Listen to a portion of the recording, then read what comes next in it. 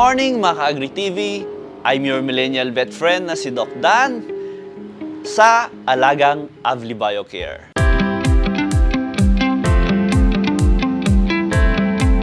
Ang pag-uusapan natin ngayon is all about routine check-up para sa mga pets natin. Ano ang kahalagaan ng routine check-up? General health and welfare ng ating mga pasyente. Meron tayong tinatawag na symptomatic and asymptomatic na hindi sila nagpapakita ng signs na meron pala silang nararamdaman.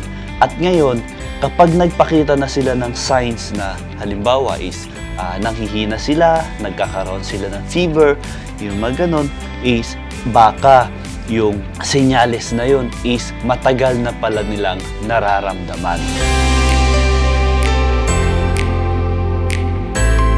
Ano yung mga pwede nating gawin na mga routine check-up? Pagdala nyo ng inyong pasyente sa veterinary clinic, sagutin natin ng maayos yung mga tanong ng ating mga veterinaryo kasi doon pa lang sa history taking is magkakaroon na ng ating idea ang ating veterinaryo para alam niya kung ano ba yung nangyayari.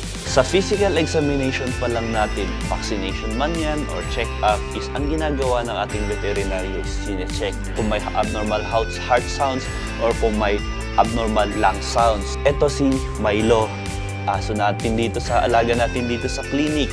Bale, survivor siya ng parvovirus hanggang sa nagkaroon na siya ng other complications hanggang sa meron na din siyang problem sa heart. I-check natin yung kanyang lung sounds and heart sounds, pati yung kanyang abdomen, kung paano ginagawa ng inyong mga veterinaryo. Dito pa lang sa part ng physical examination is malalaman na ng inyong veterinaryo kung merong abnormal lung sound, merong abnormal heart sound, at merong abdominal sound.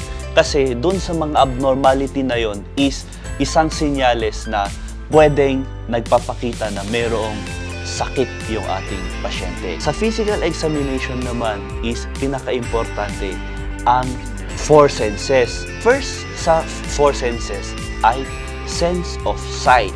So pagtingin pa lang natin sa ating pasyente, malalaman na natin kung halimbawa yung ating pasyente ba ay active, inactive, meron ba siyang kakaibang pinapakita. Next dyan is yung sense of touch.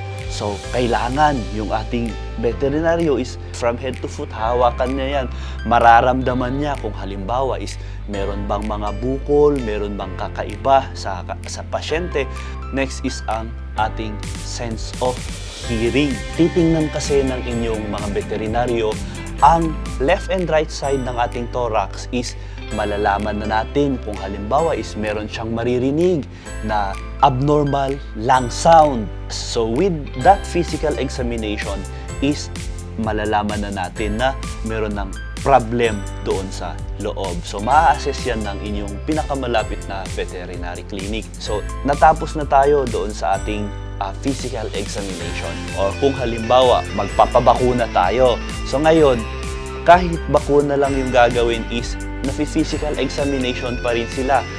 Ang importance ng mga 5-in-1, 6-in-1 or rabies ay para maiwasan natin yung mga sakit na pwede nilang ma-acquire sa labas. At the same time, kapag late na natin nadala yung ating mga pasyente sa veterinaryo is costly. Kumbaga, masyado ng mahal para sa atin. Sa mga manonood, kaya wag nating kalimutan na tandaan palagi ang prevention is better than cure para makaiwas tayo sa gastos. Ngayon, ang susunod na pag-uusapan naman natin sa next episode ay may kinalaman pa rin sa ating pinag-usapan ngayon na physical examination ang ating mga parasites. Muli, ito po ang inyong millennial vet friend na si Doc Dan dito sa Alagang Avli Biocare. Basta Alagang Avli Biocare, alagang may kalidad yan.